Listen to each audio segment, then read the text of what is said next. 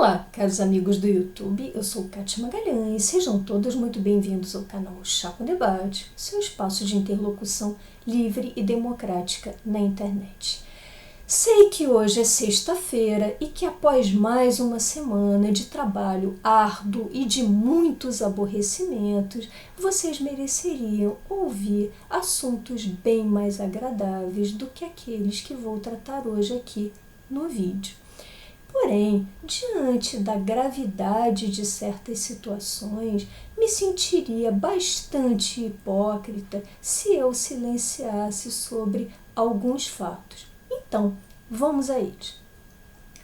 O primeiro fato diz respeito ao senhor Dias Toffoli, ex-advogado reprovado por 2 vezes no concurso para a magistratura paulista e que só chegou ao Supremo após ser um criadinho, quase um capacho do senhor Zé Dirceu e após sua atuação na AGU de Lula, ex-presidente e ora condenado.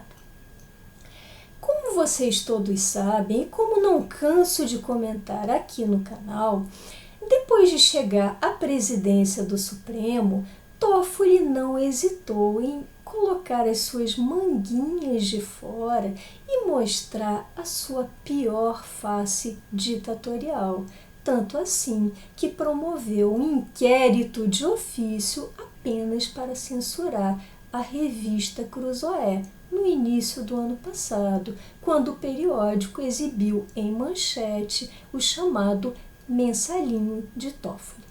Contudo, a Cruzoé felizmente não desistiu de prosseguir nessa linha de reportagens, nessa linha de investigações, e na edição de hoje traz em detalhes alguns elementos, algumas evidências muito robustas apresentadas pelo Ministério Público Federal sobre uma ligação espúria, uma suposta ligação bem antirrepublicana entre Dias Toffoli e algumas empreiteiras da Lava Jato. Deixarei o link aqui para que vocês possam conferir e para que vocês possam ler em detalhes toda essa história espúria que parece descortinar Dias Toffoli como um verdadeiro rei das empreiteiras. Dentre algumas curiosidades, vale aqui destacar a relação que parece ser bem próxima, ou pareceu ser bem próxima, entre Toffoli e a OAS, uma das empreiteiras envolvidas no esquema. E para a intermediação dessas negociações entre a empresa e o atual ministro, o ministro teria indicado um escritório de advocacia de sua confiança para esse propósito específico. Vejam aqui vocês mais um indício do uso do trabalho de advogados, de operadores do direito, para supostamente intermediarem transações com fins escusos. Em relação ao Odebrecht, acho que nem preciso esmiuçar muito a suposta familiaridade, a enorme familiaridade que parece haver entre Toffoli e a família Odebrecht. Tanto assim que Marcelo Odebrecht, naquela famosa planilha de propinas de seus negócios pouco lícitos, parece se referir a Toffoli como o amigo do meu pai. Ou seja, dando nome aos bois, o amigo de Lula, que seria, por sua vez, muito amigo de Emílio Odebrecht. E todas essas transações, segundo a revista Cruzoé, e como muito bem esmiuçado pelo Ministério Público, teriam sido realizadas ainda no período em que Toffoli estava à frente da nossa AGU, em pleno governo Lula. Dessa forma, o Ministério Público compilou de forma muito organizada todas essas provas, todos esses robustos indícios e entregou a Augusto Aras para que pudesse apresentar a Fachin para que Aras, que tenha legitimidade exclusiva para tanto, pudesse apresentar essas provas a Fachin e pleitear a abertura de um inquérito para a investigação dessas práticas um tanto heterodoxas de Toffoli. Contudo, como já podemos muito bem imaginar, Aras nada fez e esses documentos, segundo a revista Cruzoé, continuam lá engavetados e ontem Toffoli se despediu da presidência do Supremo com enorme comoção de todos os presentes, com os membros dos outros poderes todos ali reunidos, celebrando essa figura realmente edificante que é Dias Toffoli. Porém, antes de se despedir, esse nosso arauto da moralidade pública, me refiro a Dias Toffoli, nos deixou mais uma surpresinha. Como noticiado hoje no Estadão, a última sessão do Conselho Nacional de Justiça, presidida por Toffoli, deliberou pela concessão de mais um penduricalho ao Judiciário. Isso mesmo, um valorzinho extra de aproximadamente 50 mil a mais para cada magistrado que venha acumular varas, ou seja, que venha suprir o trabalho de seus colegas em férias, o que é uma prática extremamente comum, extremamente habitual na iniciativa privada, sem um centavo sequer de acréscimo na remuneração. Vejam vocês, logo o Judiciário, o poder que desfruta de mais benesses dos patamares salariais mais elevados da República, um dos poderes que foi indevidamente excluído da reforma administrativa de Bolsonaro, logo esse poder recebe mais uma dentre tantas benesses, de tantos auxílios, tantas licenças, tantos abonos. Ontem eles foram gratificados com essa verba extra, conforme deliberação do CNJ. A impressão que me passa é que essas pessoas perderam qualquer laivo de decoro, qualquer noção mínima de decência, e aí, num país que está virtualmente quebrado, com as empresas falindo e milhões de desempregados se arrastando pelas ruas, decidem outorgar, decidem conceder mais um custoso penduricalho a essas pessoas tão bem remuneradas e que, diga-se de passagem, integram um poder muito moroso, muito ineficiente e extremamente caro, como comento a miúde aqui no canal. E aí fica a minha indignação, manifesto o meu direito legítimo a me indignar contra tudo isso, contra essa farra custeada pelo nosso dinheiro, pelo dinheiro dos nossos suados impostos. Já no Executivo, tivemos outro episódio igualmente degradante, por assim dizer. Talvez vocês já tenham visto, mas a mim causou profunda espécie, para não dizer um grande choque. Apesar de tudo que tenho visto em relação a Bolsonaro, em relação aos seus desmandos, não imaginava que ele pudesse atingir tamanho nível de baixeza, um tamanho nível de grotesco na lida, no trato da coisa pública.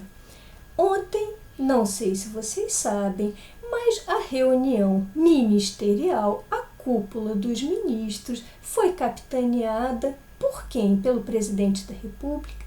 Não, por uma criança de 10 anos. Isso mesmo, uma youtuber de 10 anos do interior de São Paulo, cuja família é apoiadora de primeira hora de Bolsonaro, e essa criança lá estava, ao lado do presidente da República, demonstrando enorme intimidade com Bolsonaro, quase como um verdadeiro papagaio de marujo. E foi bastante constrangedor ver todas aquelas pessoas, todos aqueles ministros, já de uma certa idade, sendo, por assim dizer, sabatinados por uma criança de 10 anos.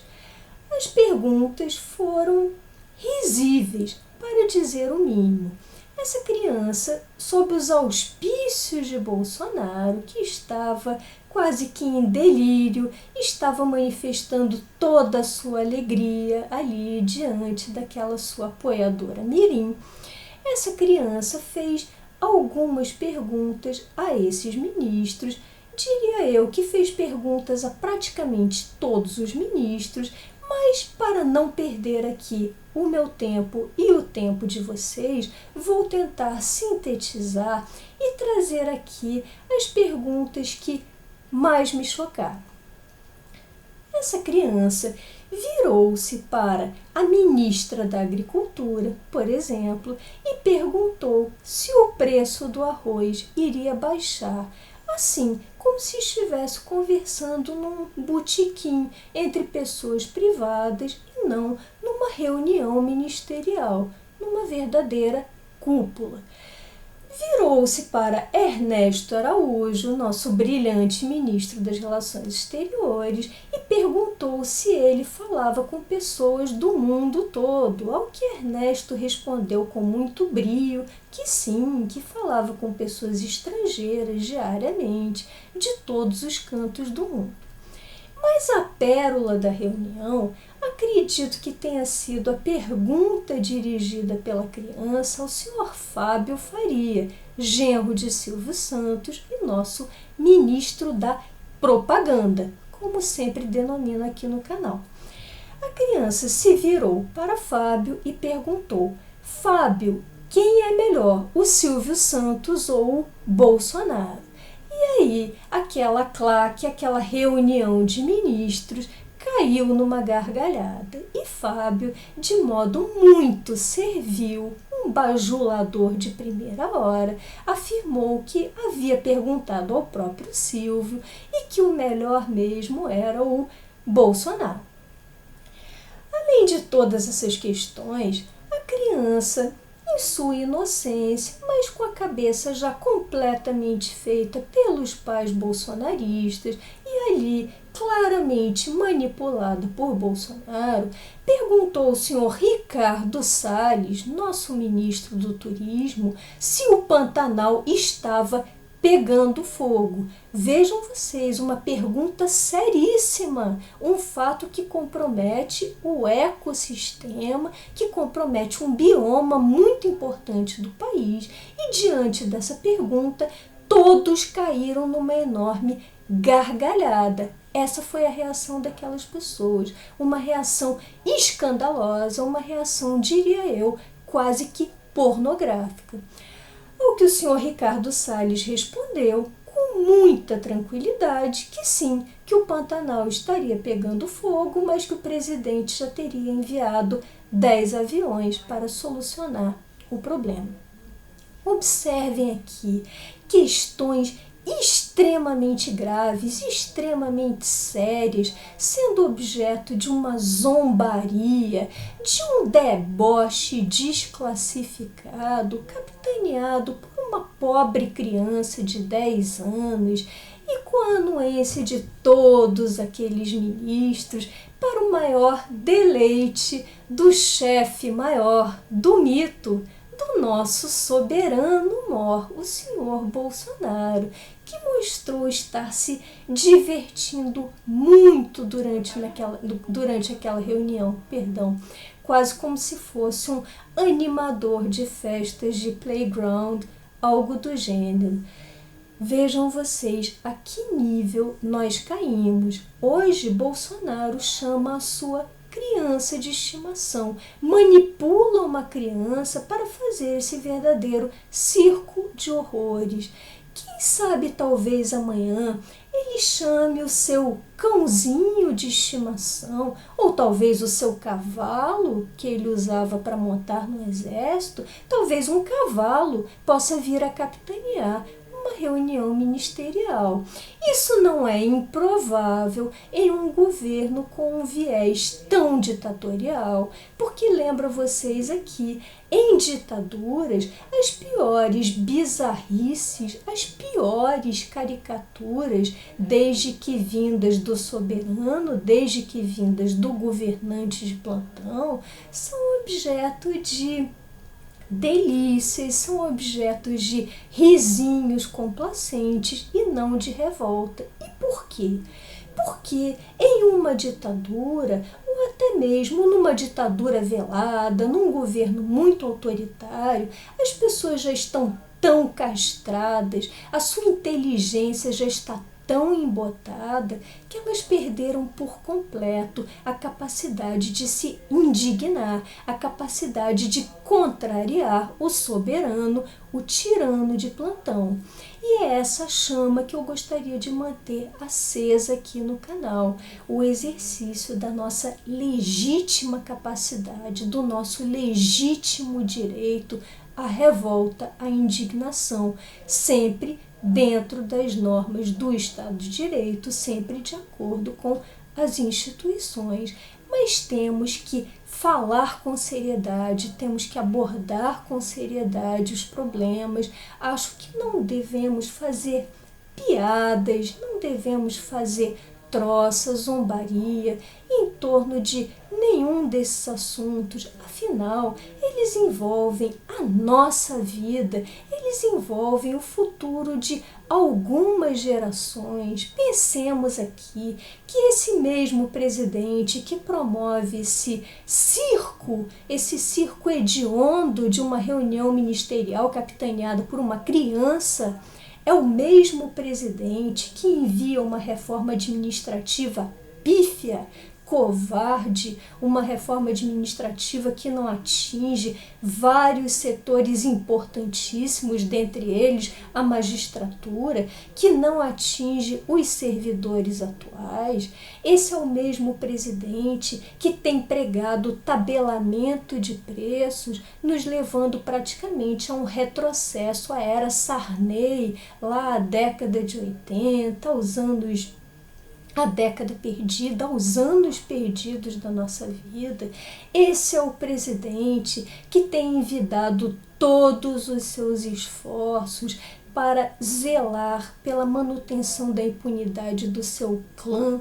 Portanto, acredito que diante de tudo isso, diante da enorme seriedade do quadro para as vidas de todos nós, não devemos rir disso, não devemos fazer piadas, fazer memes, não sobre isso. Vamos fazer sobre outras coisas, não sobre isso. Acredito que esses assuntos tenham sim que ser tratados com muita seriedade, tenham que provocar uma legítima indignação, e acredito que temos de ter coragem de nos manifestar publicamente e de dizer diante de todos, diante dos nossos colegas, dos nossos compatriotas, que o rei está nu, está inevitavelmente nu. Bom, essas eram as reflexões que eu gostaria de compartilhar com vocês hoje. Se tiverem gostado desse vídeo, deixem seus likes, comentem. Por hoje me despeço e até o próximo Chá com Debate.